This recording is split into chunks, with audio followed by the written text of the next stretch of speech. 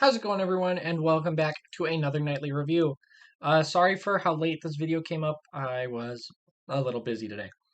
But anyway, without further ado, let's go into the Golden Knights game from last night. The Golden Knights played a relatively good game. I thought they played a relatively good game. Where they lost the game was, um, Leonard letting some weak goals in the first period, and that's what really killed him. Um, but we'll get there when we get there. So Leonard actually made a huge save really early on Oscar Sundquist. It was a good save. Then Binnington stopped Mark Stone on an attempt. And then Alex Tuck from Keegan Colasar and Alex Pietrangelo. He makes it 1-0. And we're going in and we're like, okay, let's go. Carrier got a chance after that. But then there was a turnover behind the net. And it went right to who else but Perron. And Perron made it 1-1. I did not think that was a very good goal. Um, that he, Austin Matthews had a similar goal a couple days ago where Koskinen against the Oilers, Koskinen left a little tiny, like this big of the net, and McDavid or Matthews just put it right there. It's the same thing. It's not a goal that should go in. It's not. Then the Golden Knights took a too many men on the ice call because their coaching staff has been put into COVID protocol. The entire Golden Knights coaching staff is in COVID protocol. So Kelly McCrimmon, the GM, and the AHL coaches of the Henderson Silver Knights are behind the bench. Can't wait for more bench miners tomorrow. But 5 seconds, 5 seconds into the penalty kill, David Perron puts in his second of the game from Krug and Schwartz.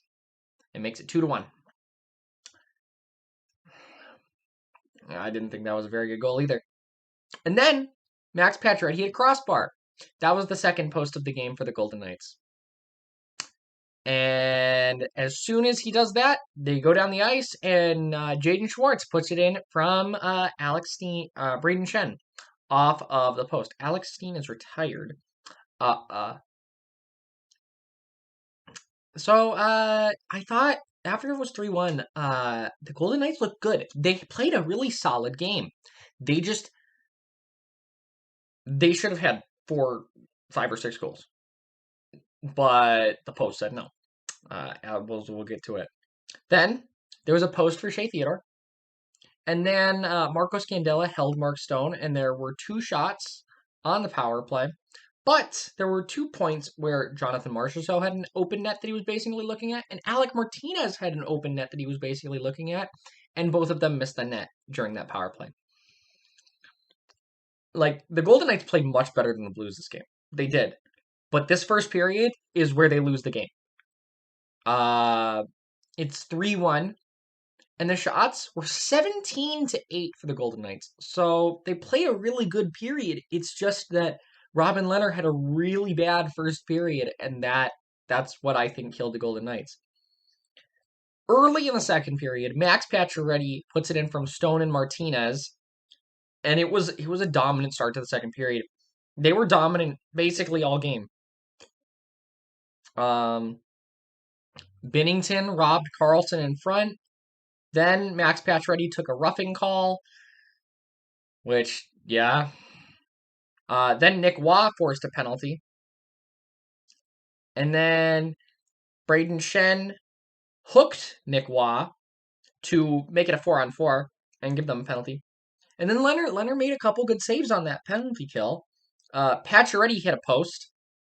Then it was 4-2 from Kyrou. And I didn't think that was a great goal either. But Pacioretty, or not Pacioretty, Pietrangelo was all over Kyrou and should have had him. I don't know how he didn't get him, but hey, Kyrou had a good play. Leonard was brutal up to that point. The Blues at that point in the game had about 12 shots. 4 goals on 12 shots is not something you want. And then Stone interfered with Bozak. Now, There's a lot of controversy with this hit because apparently Bozak is injured because of it. I thought it was a dirty hit. I'm not defending Mark Stone. Should it have been a suspension? No. People are calling it for a suspension because of the outcome. You cannot call a suspension because of the outcome of a hit. It was called what it should have been, which was a 2-minute penalty. If you want to call it a 4-minute double minor, that's fine. What happened was, I'll play it on the screen if I can find a good video of it, was that Stone blindsided and hit Bozak in the chest. Bozak falls backwards and hits his head on the ice. And that is apparently where the injury came from. Now, yeah, it's a bad hit, but I think that it was called right. Now, it was called weird because technically it shouldn't have even been a penalty. Here's why. The referee didn't see it. He didn't raise his hand when the actual play happened, and the Golden Knights had possession of the puck before it was called a penalty. What happened was the Blues bench complained, and the referees gave them a justice penalty. Now, it should be a penalty. I'm not saying it shouldn't be, but if the ref doesn't see it, they're not supposed to call it. You have to call it at the time of the play. So, it was a messy situation on all sides. But after that, Mark Stone got into a fight with Justin Falk to try to spur the Golden Knights. And after that, the Golden Knights had all the momentum. And Robin Lehner, up to that point, had been rough. In the third period, Colton Parayko gets a delay of game, and the Golden Knights could barely enter the zone. It was not a good power play. Then Martinez slashed. I don't know who it was, but it was a weak call. That was a weak call. Martinez was trying to go for like a poke check to try to bat the puck away, and he missed, and he slightly missed the puck, and it just so happens that his stick hit the guy's leg. Isn't a slash supposed to be intentional? Anyway, then Perron took a delay of game to make it a 4-on-4, and instead of capitalizing on a power play, the Golden Knights take a second too many men call. And then Parayko slashed someone. And then Scandella slashed someone to make it a 5-on-3. And the Golden Knights actually scored on it. And it was Max Pacioretty unassisted for his second of the game. But they could not score on the second part of the power play. Then there was a huge chance for Tuck. It goes through Binnington's legs and off of the post. Even Binnington thought it was in. There would have been 6 posts by the Golden Knights up to that point in the game. 6. 6 posts. And then, at the end of the third period, Max Pacioretty ties the game with the hat trick goal from Martinez and Stone for his 7th career hat trick to force overtime. In overtime, I don't know how this game was scoreless. I don't know how this game went to a shootout. This was one of the most entertaining overtimes I've ever watched. There were a lot of chances in this overtime. So Falk whiffed on a shot. Then Smith got a chance. Then Parayko tried to go short side and Lehner made the save. Perron missed the net. Petrangelo's shot got tipped by Stone, but it was saved. Then Shea Theodore puts a puck off the post. The 7th post of the game for the Golden Knights. Then the chances happened so fast that I couldn't keep it. Parayko got a chance, then Smith got a chance, then Marchessault got a chance, and Smith got a chance, and then Martinez got a chance right before the end of the overtime. Shots were 4-3 for St. Louis in that overtime. Just to give you, I forgot to say it, but just to give you an example of how dominant the Golden Knights' third period was, shots were 13-3 in the third period. Then in the shootout, Lehner, if you don't know, Lehner has a horrendous record in the shootout. He does. And I think it's because on the shootout, he stays so far out of his net. Um, but Leonard does not have a good record in the shootout, and tonight, sadly, didn't help him. Perron scored on their first one. Then Marchessault goes down and hits, guess what? The 8th post of the night for the Golden Knights. They hit the post 8 times. They hit the post more times than St. Louis had a shot on goal in 2 out of 3 periods. Then Ryan O'Reilly was stopped by Leonard. And then Theodore put one backhand on Binnington to tie up the shootout. And then Braden Shen goes in, does basically the same move as Theodore and scores. And Tuck basically whiffed on the shot to end the game. And St. Louis takes home this game 5-4 in overtime. Honestly, the Golden Knights should have won this game. They should have won this game. Leonard had a rough first period and a half.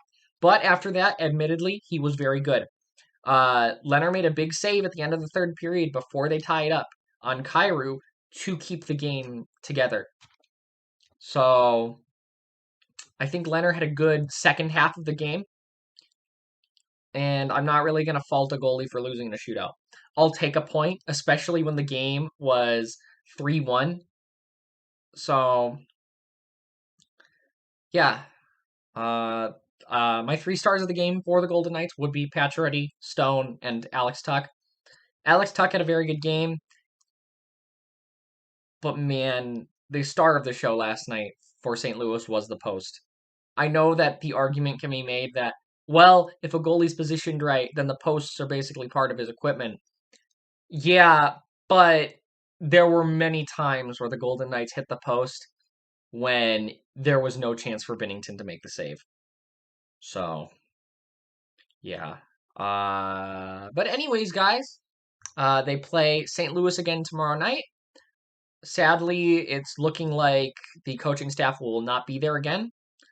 Hopefully, they don't take too many men calls again, because that first too many men call is where I think this game goes wrong for the Golden Knights. It was tied game, and then they take that bad penalty, and it goes in. So that's what started St. Louis's win. If they don't score that second goal, who knows how this game goes? The Golden Knights might win this game 4-2. And if you don't know, a too many men call, usually they happen because of a miscommunication on the bench, and it's usually coach's fault. I remember when Peter DeBoer first came in, and the Golden Knights took, I believe, 3 too many men calls in 3 games after that. So, too many men calls are usually coach's fault, and hopefully they can overcome it in the next game, and at least not take a costly one. But that's it for this video. If you watched this whole video, thank you. Like, subscribe if you're new, leave a comment, and that's it for this video. I have a Twitter. It is at 2_pad if you want to get my thoughts during the game. But anyways, guys, that is it. I will see you next time.